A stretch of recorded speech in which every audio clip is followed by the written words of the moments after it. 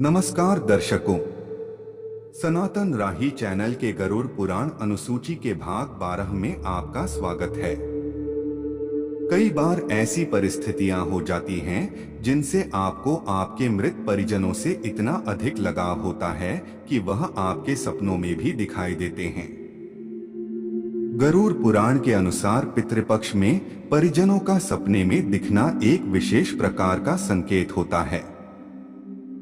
आपको यह भी संकेत मिलता है कि आपके पूर्वज आपसे क्या आशा रखते हैं और मृत्यु के बाद उनकी आत्मा संतुष्ट है या नहीं। ऐसे अनेकों सपने होते हैं जो आपको अलग अलग संकेत देते हैं। यह संकेत क्या है और इनका क्या अर्थ है, यह सब हम आपको इस प्रस्तुति में बताएंगे।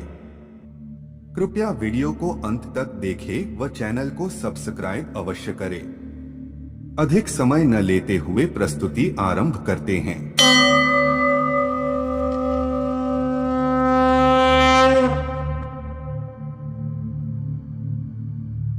गरुड़ पुराण के अनुसार जब किसी व्यक्ति की अंतिम क्रिया विधि विधान से नहीं होती तो उस व्यक्ति की सद्गति नहीं हो पाती।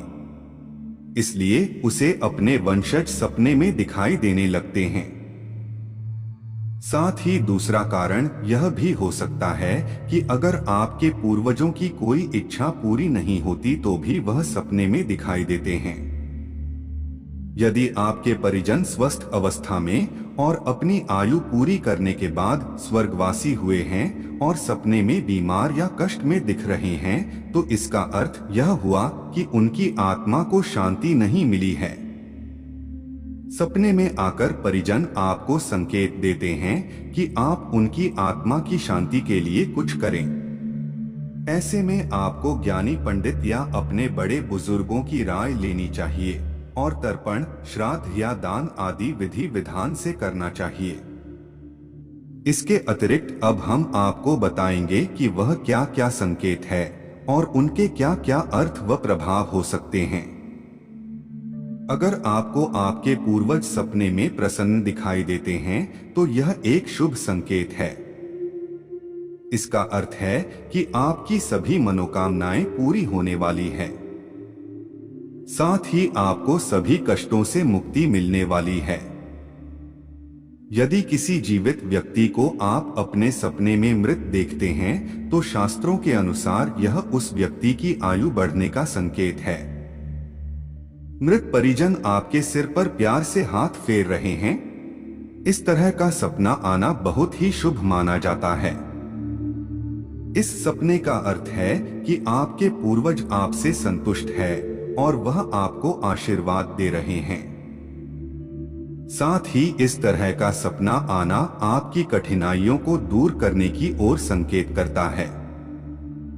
कई बार आपने सपने में देखा होगा कि आपके पूर्वज आपकी ओर हाथ बढ़ा रहे हैं, तो समझ जाएं कि वह आपके जीवन में आ रही बाधाओं और परेशानियों से दुखी हैं और वह आपके दुखों को कम करने के लिए आपकी ओर हाथ बढ़ाकर आपकी सहायता करना चाहते हैं। घर में अगर कोई महिला गर्भवती है और उस महिला को बार बार सपने में मृत पूर्वज दिखाई दे रहे हैं तो यह इस बात का संकेत है कि वह आपके घर में दोबारा जन्म ले सकते हैं। इसके अतिरिक्त अगर घर के किसी भी सदस्य को बच्चे के रूप में दिखाई दे तो इसका अर्थ है कि वह जल्द ही लौटकर आपके घर में आने वाले हैं।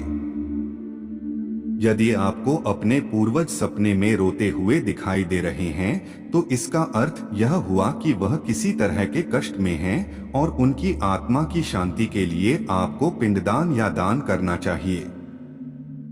उपाय स्वरूप आपको यह कार्य करने चाहिए।